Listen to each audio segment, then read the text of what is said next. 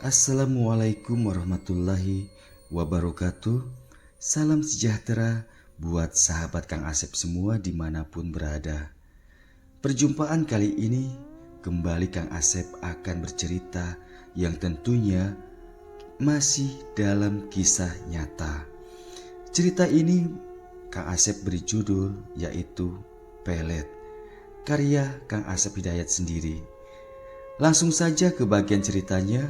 Namun seperti biasa, yuk kita membaca. Bismillahirrohmanirrohim. Inilah selengkapnya.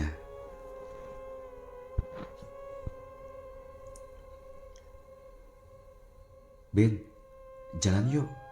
Lagian nanti malam kan malam minggu. Sekalian kita hiburan ke kafe atau karaoke. Ajak Dodi kepadaku. Sore itu memang aku tengah tidak ada kegiatan. Suntuk juga jika harus berdiam diri terus di kosan. Dodi teman seprofesi juga teman sekamar kos denganku. Pastinya aku merasa cocok berteman dengannya. Jalan kemana kita, Dod? Tanyaku kepadanya karena saat itu aku tidak ada rencana. Begini Ben, kita main dulu ke tempat kos cewekku, gimana? Sekalian, siapa tahu ada temannya yang suka sama kamu. Masa iya kamu jomblo terus? Ujar Dodi menyebutkan rencana tujuannya. Sedikit kesal disebut menjomblo terus sama Dodi. Tapi memang benar apa yang dikatakannya. Aku memang belum pernah punya pacar. Aku sendiri bingung entah mengapa tidak ada perempuan yang suka padaku. Sedari zaman sekolah hingga saat ini aku sudah bekerja menjadi seorang abdi negara. Selalu saja ditolak oleh perempuan yang aku sukai. Terkadang aku bercermin di kaca cermin sendiri di kamar. Aku merasa wajahku tidak jelek, postur tubuhku juga ideal. Bahkan banyak kok temanku mengatakan jika aku dapat dikatakan berwajah ganteng. Tapi kenapa tidak ada satu perempuan yang menerimaku ketika aku utarakan rasa sukaku kepada mereka? Terasa sesak rasanya dadaku bila mengingat akan nasibku. Hei, kamu kenapa? Diajak jalan malah melamun.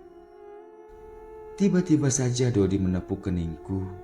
Aku terkesiap dan tersadar dari lamunanku. Iya, ayolah. Demikian jawabku tergagap. Singkat cerita, akhirnya sore itu kami jalan dengan tujuan main ke kosan pacarnya Dodi yang seorang mahasiswi di kota itu. Kosan pacarnya memang berada tak jauh dari kampusnya. Benar saja, di kosan pacarnya Dodi banyak teman-temannya. Cantik-cantik lagi. Karena tempat kosan pacarnya Dodi memang khusus putri, tentunya kami tidak diperbolehkan untuk masuk ke sana. Kami mengobrol di sebuah warung, tempat biasa para mahasiswa nongkrong, makan dan minum yang berada di depan kosannya. Setelah pesan minum, kami mengobrol satu meja. Sesekali aku melirik curi pandang ke pacarnya Dodi. Cantik juga dia. Pintar Dodi cari pacar. Padahal mukanya Dodi, kue cucur anget-anget, hancur banget. Demikian pikirku. Di samping pacarnya Dodi, duduk seorang cewek yang tak kalah cantik dengan pacarnya Dodi. Jujur, aku suka sama dia. Dan setelah berkenalan, ternyata namanya Rizka. Rizka orangnya ramah, gesturnya bikin aku kelepek-kelepek. Dalam hatiku berkata, aku pilih Rizka. Moga aja dia mau menerimaku. Aduh, sakit bro. Aku mengeluh sakit pada kakiku. Dan ternyata Dodi yang sengaja menginjak kakiku sembari berbisik, "Jangan norak, biasa aja kali mandangnya." Demikian bisiknya kepadaku. Mendengar bisikan Dodi, seketika aku merasa malu dan menyadari jika aku saat itu terus memandangi wajah Rizka hingga aku sendiri tidak sadar jika semua yang berada di dekatku tengah memperhatikan serta menertawakanku. Enggak, aku tidak liatin dia kok," jawabku merasa kikuk dan malu. Singkat cerita, pertemuan sore itu berakhir dan kami memutuskan untuk mencari masjid terdekat untuk melaksanakan sholat fardu maghrib karena hari sudah menjelang maghrib. Setelah melaksanakan sholat maghrib yang berada tak jauh dari kosan pacarnya Dodi, lanjut mencari tempat makan. Kami makan di warung-warung pecel lele yang banyak berjualan di pinggiran jalan. Setelahnya kami jalan berencana pergi ke tempat karaoke. Ya, sesekali hiburan, pikirku dan Dodi. Namun tiba-tiba saja pikiran kami berubah. Kami membatalkan pergi karaoke dan memutuskan hanya jalan-jalan keliling kota saja. Lalu kami pulang ke kosan. Semenjak bertemu dengan Rizka, jujur, pikiranku terus kepadanya. Sesekali aku chat dia melalui aplikasi WA. Aku sangat senang jika pesanku dibalasnya. Dia sangat ramah, tentu saja aku semakin suka kepadanya. Hingga suatu malam, aku coba memberanikan diri untuk menelponnya. Aku akan mengutarakan isi hatiku jika aku sebenarnya suka kepadanya. "Assalamualaikum." Demikian sapaku ketika telepon diangkat Rizka. "Waalaikumsalam bang. Apa kabarnya? Tumben telepon," jawab Rizka ramah. Mendengar suaranya, jantungku berdebar antara senang dan rasa takut jika akhirnya aku kecewa. Iya dek, ada yang mau abang omongin sama adek. Adek lagi sibuk gak?" jawab dan tanyaku kepadanya. Enggak lagi sibuk sih bang. Emangnya mau ngomong apa bang? Serius sekali nih," jawab Rizka yang semakin membuat jantungku berdebar. "Dek, sebelumnya abang minta maaf ya. Tapi abang harus bicara sama adek. Sebenarnya semenjak kita ketemu beberapa hari yang lalu, abang selalu memikirkan adek. Abang suka sama adek. Mau gak adek jadi pacar abang? Abang serius dek. Bahkan kalau ada jodoh, suatu saat nanti adek jadi istri abang." Demikian ucapku mengutarakan isi hatiku kepadanya. Sesaat Rizka terdiam, tidak menjawab. Tentu saja hal itu membuat aku semakin tak karuan. "Halo, halo." Terdengar hening, tidak ada suara. Aku memastikan jika telepon masih tersambung. "Ya halo bang," jawab Rizka. Ternyata telepon masih tersambung.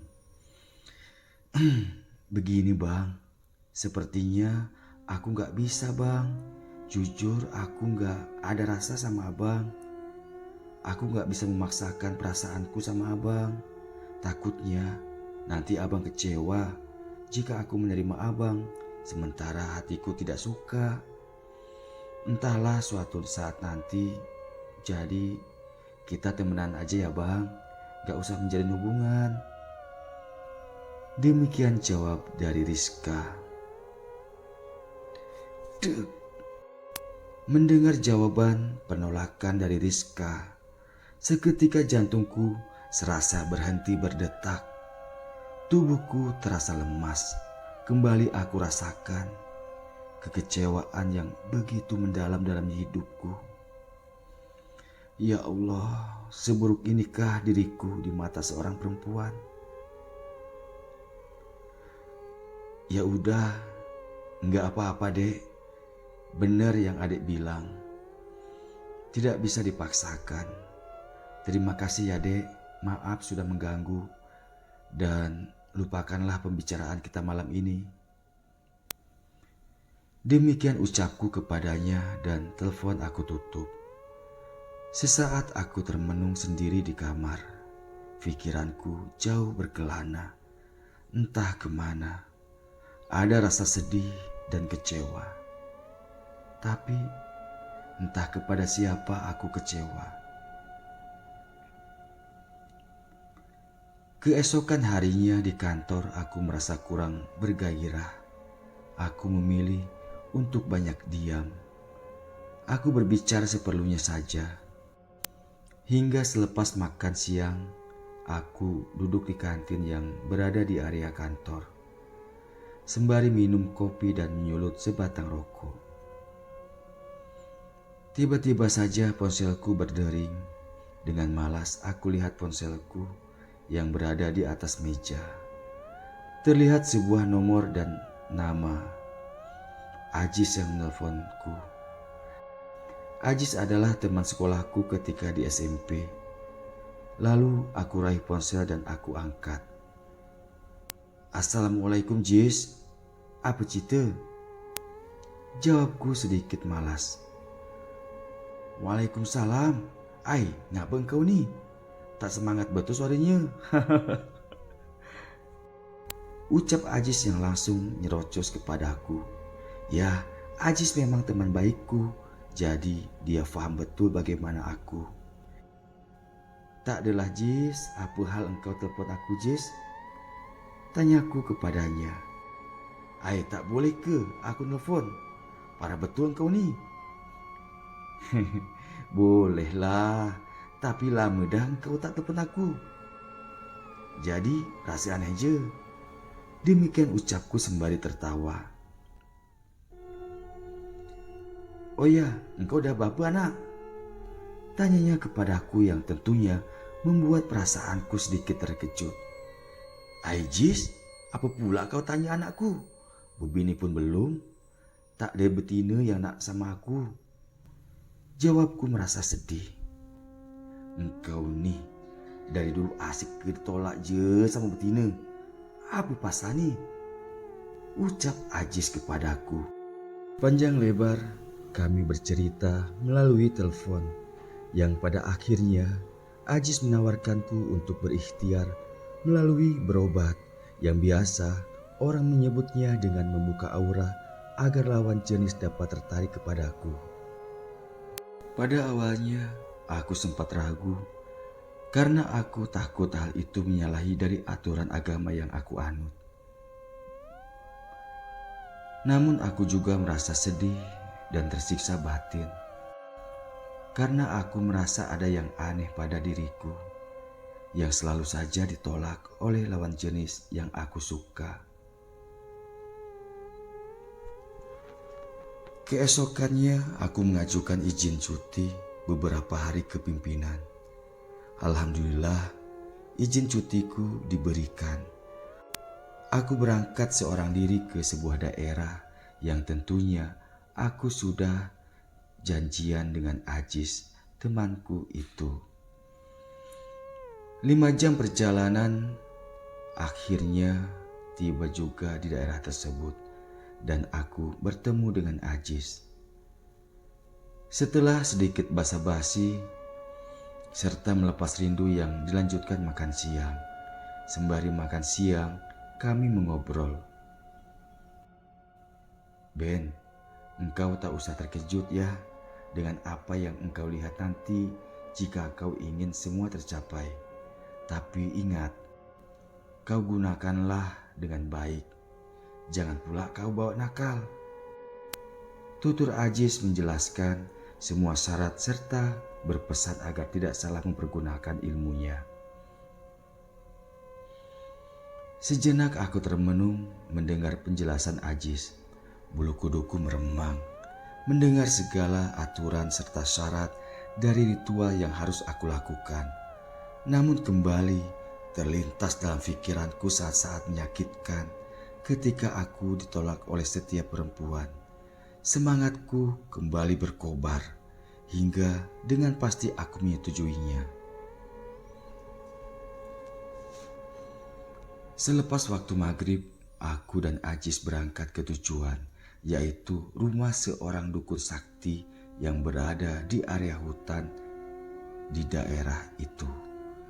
Berbekalkan senter dan segala persyaratannya, dengan penuh keyakinan dan tekad aku melangkah menuju rumah dukun sakti itu. Lumayan sangat jauh. Aku dan Ajis menggunakan jasa ojek untuk menuju hutan itu, dan setibanya di pinggiran hutan kami lanjutkan dengan berjalan kaki, karena untuk tiba di pondok dukun itu hanya bisa dilalui dengan berjalan kaki saja. Ada rasa takut merasuki jiwa di saat aku memandang ke arah lorong jalan setapak masuk ke dalam hutan itu.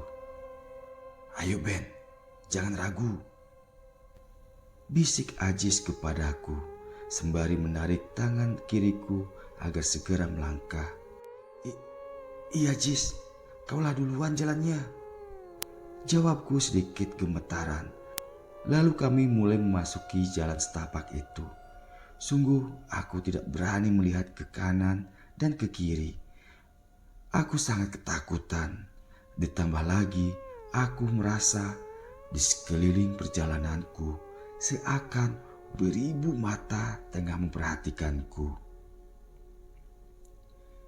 Bukan tanpa alasan aku merasa diperhatikan, karena ujung mataku beberapa kali melihat bayangan hitam atau putih berseliweran seakan menghalangi langkah kami.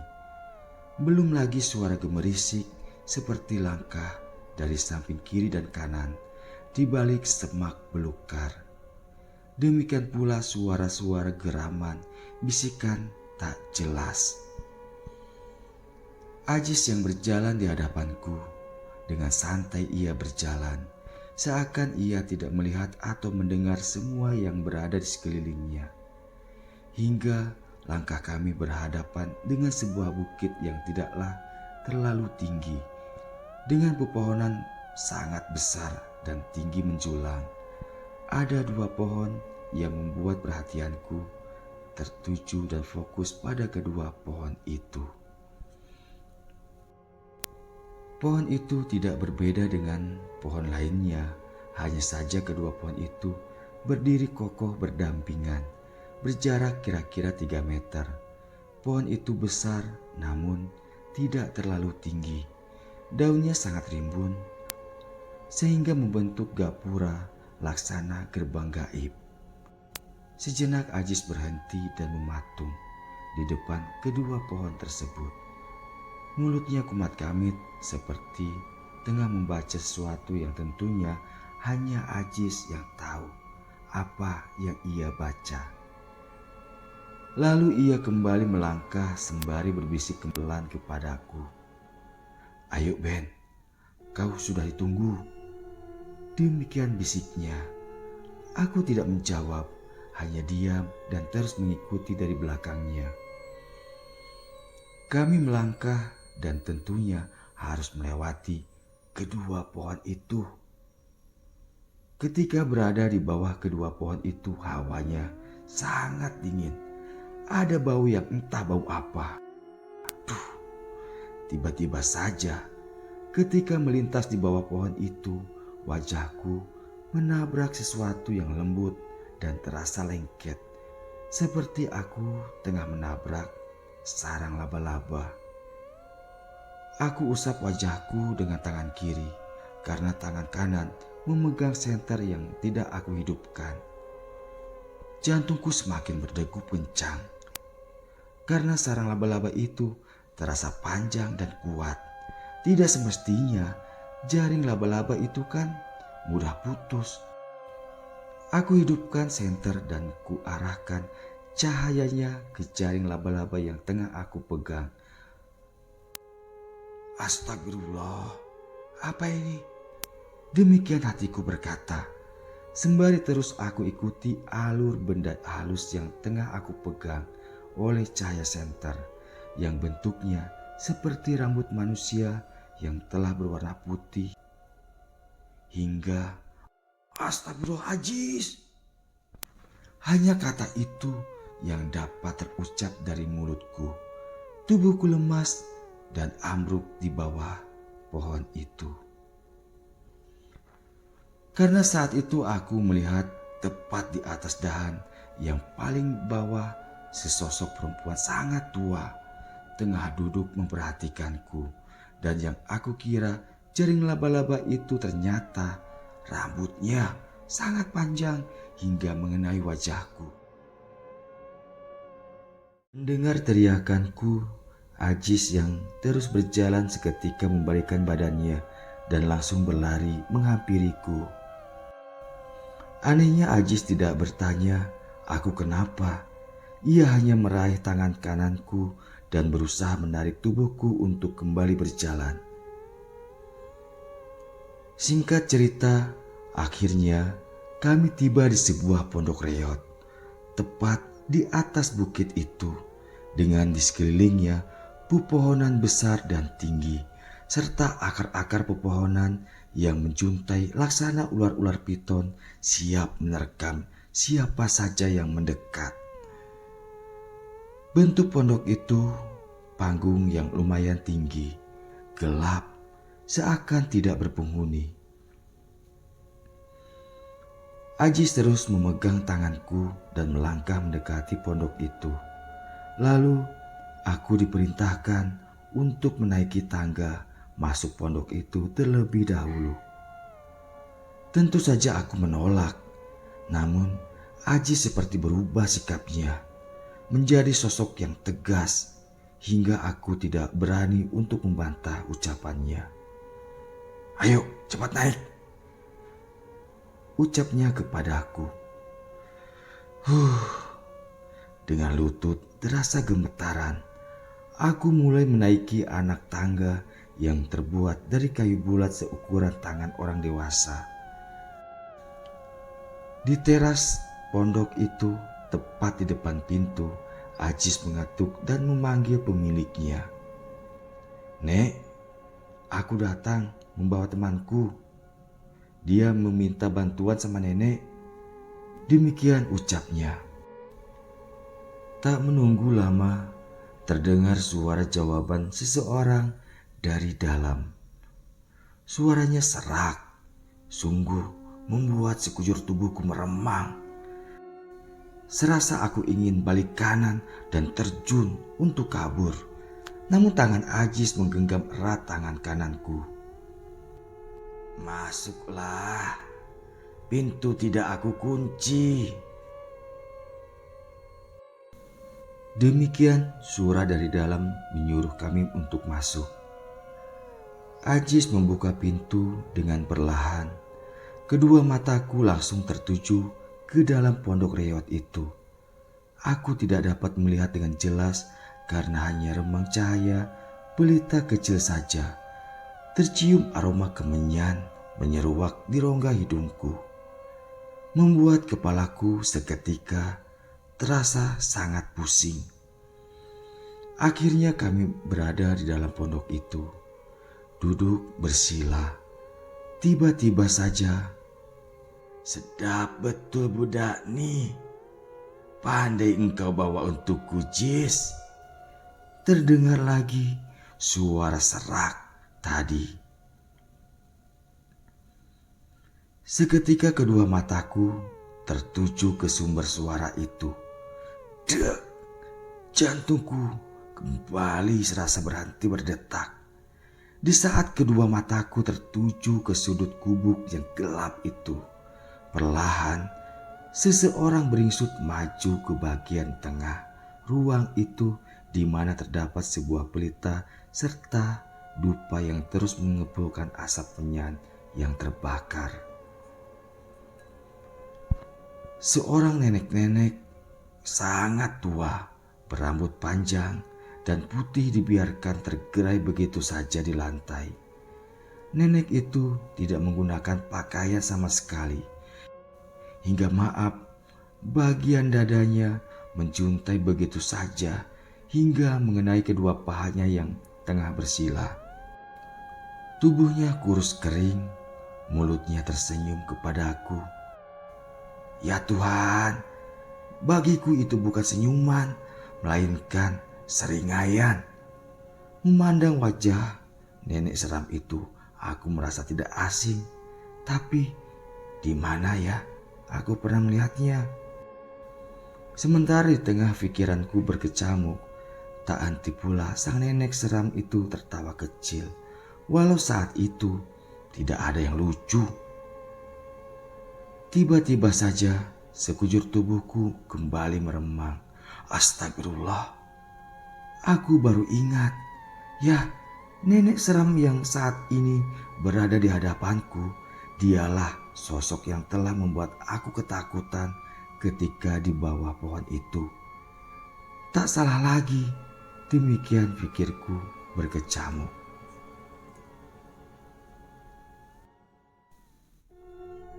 Ajis, bagi dia minum, ucap nenek itu kepada Ajis sembari menyerahkan segelas air untukku. Ajis menerimanya dan menyerahkan kepadaku. Ben, cepat minum. Dengan tangan gemetaran, aku menerima dari Ajis dan segera meminumnya. Air itu seperti air biasa, tidak berbau, juga tidak berasa.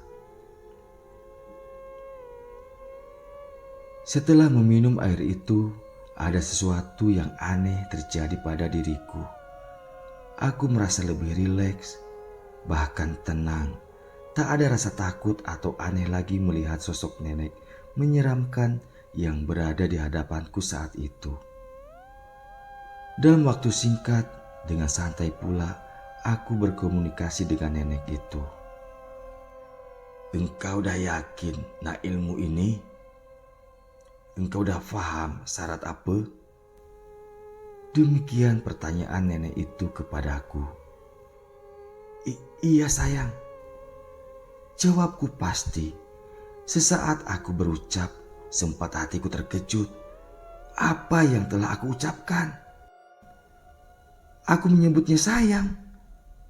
Namun entahlah apa yang telah terjadi. Aku sadar, tapi jiwaku seakan bukan diriku sendiri.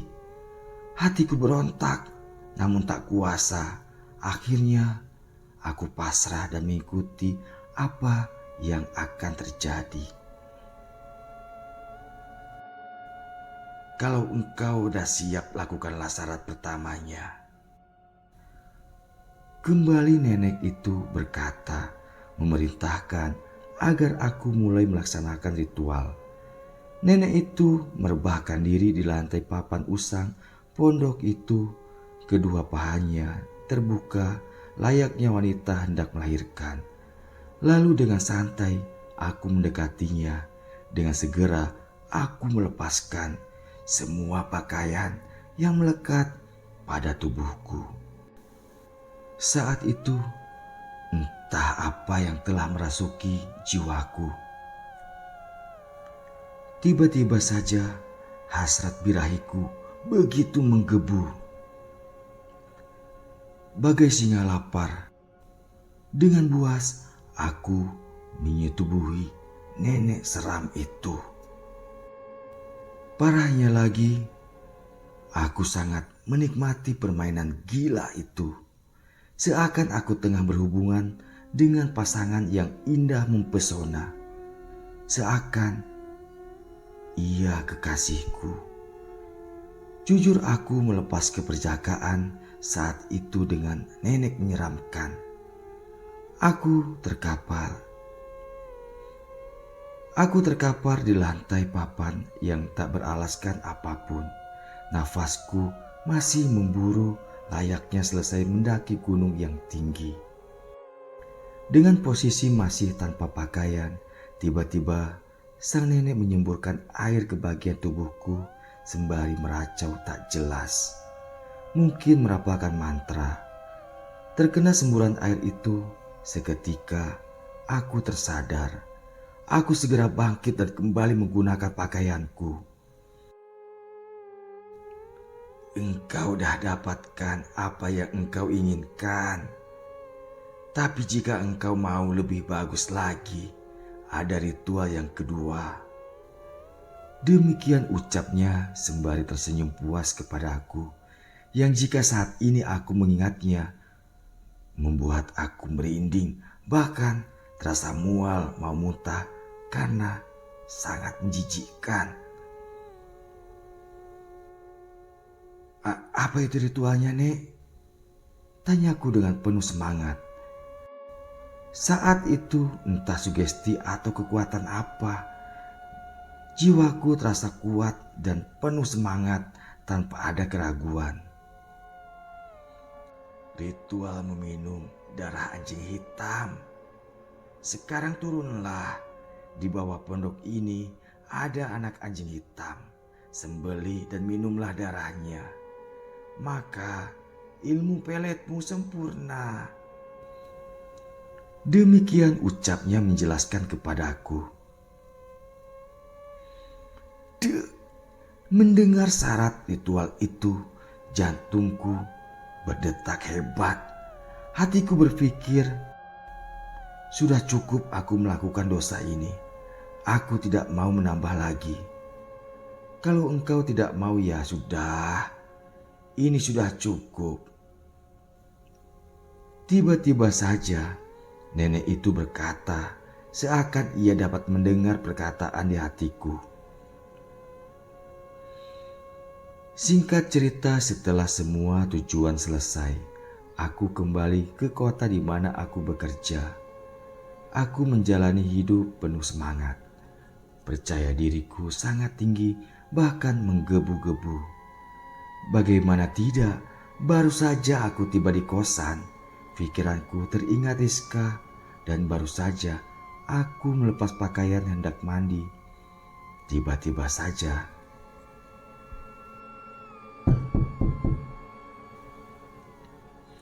Assalamualaikum.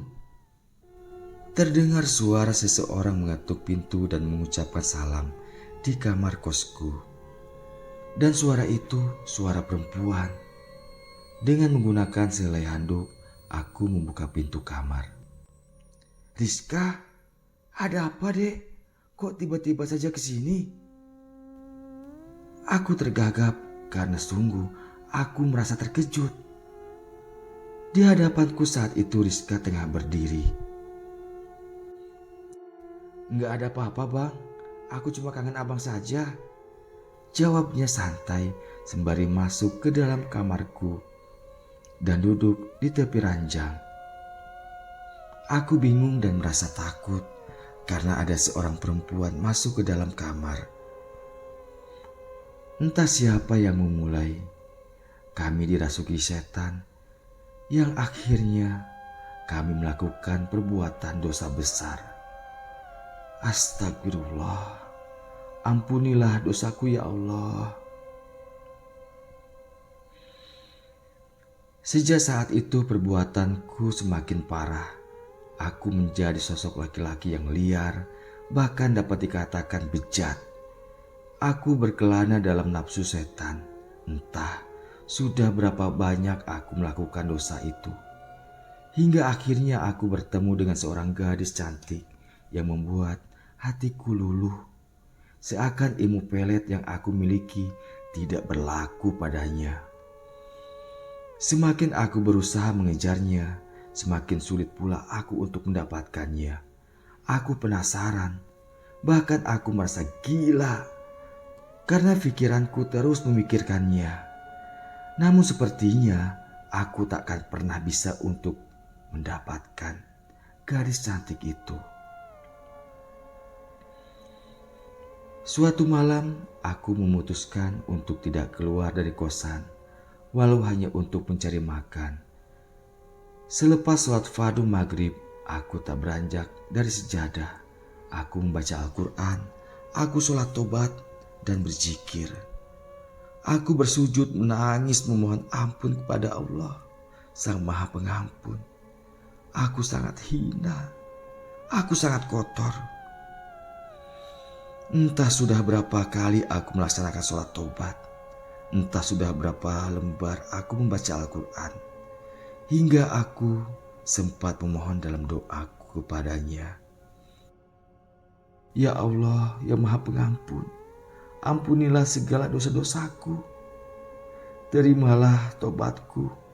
Berikanlah aku kesempatan untuk bahagia dan kembali ke jalan-Mu. Ya Allah. Aku mencintai seorang perempuan dan aku berjanji akan meninggalkan segala hal yang Engkau murkai. Demikian doa dan pintaku kepadanya. Lalu aku tertidur pulas, mungkin karena aku kelelahan. Pagi itu seperti biasa kegiatanku ngantor.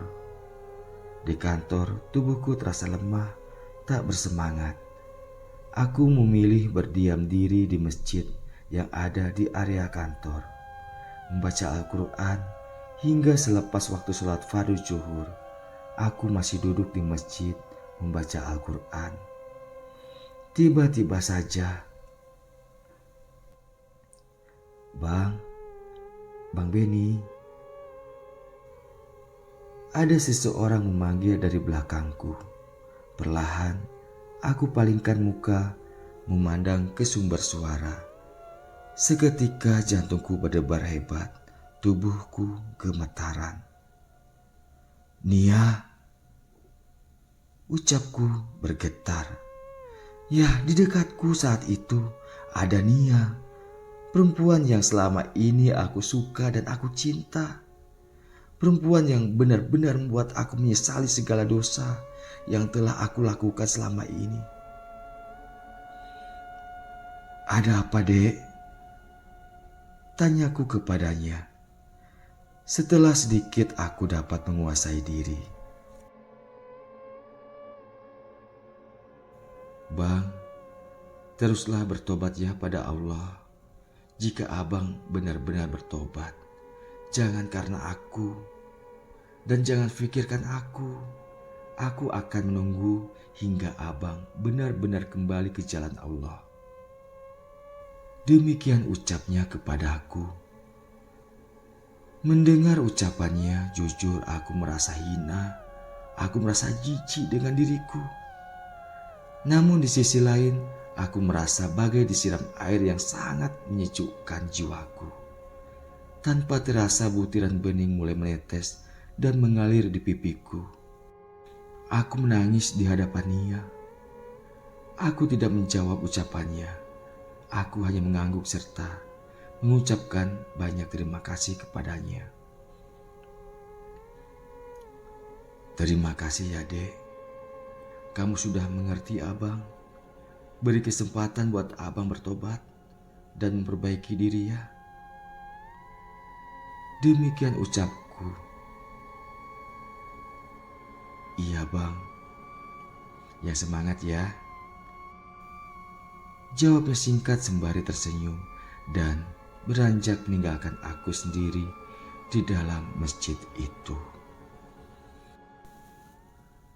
Proses tobatku semakin semangat karena aku mendapat bimbingan dari seorang ustadz. Perlahan aku merasa lebih baik. Hubungan aku dan Nia semakin dekat. Bahkan aku telah menjumpai kedua orang tuanya. Singkat cerita, akhirnya aku menikah dengan Nia, wanita yang aku cintai. Dia seprofesi denganku. Dan alhamdulillah, saat ini kami telah dikaruniai 4 orang buah hati. Dan kami hidup rukun dan damai. Ternyata kebahagiaan sesungguhnya hanya dari Allah. Tidak perlu mencari kebahagiaan yang kita dapatkan dari hal yang salah.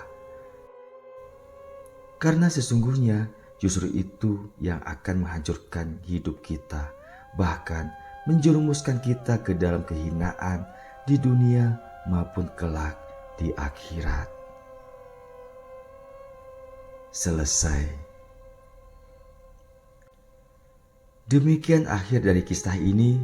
Semoga berkenan dan mohon maaf atas segala kesalahan dan kekurangannya. Kang Asep aturkan banyak terima kasih dan Kang Asep akhiri. Wassalamualaikum warahmatullahi wabarakatuh.